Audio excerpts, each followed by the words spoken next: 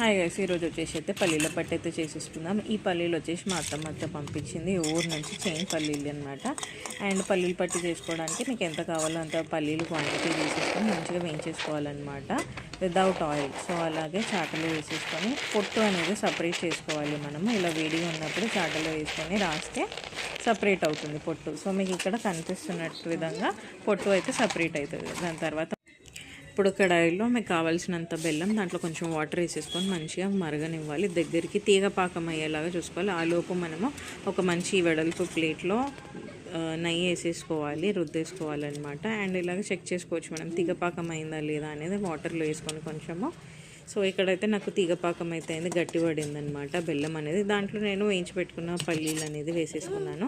ఇప్పుడు ఆ ప్లేట్లోకి అయితే నేను తీసుకున్నాను. సో అది వెంటనే యాక్చువల్గా మనము ఒత్తేసేయాలన్నమాట. బట్ నేను కొంచెం జస్ట్ సెకండ్స్ లేట్ అయింది. సో ఇలా పొడి పొడిగా అయితే అయింది, బట్ ఫ్లాప్ అయింది నాకు కొంచెం.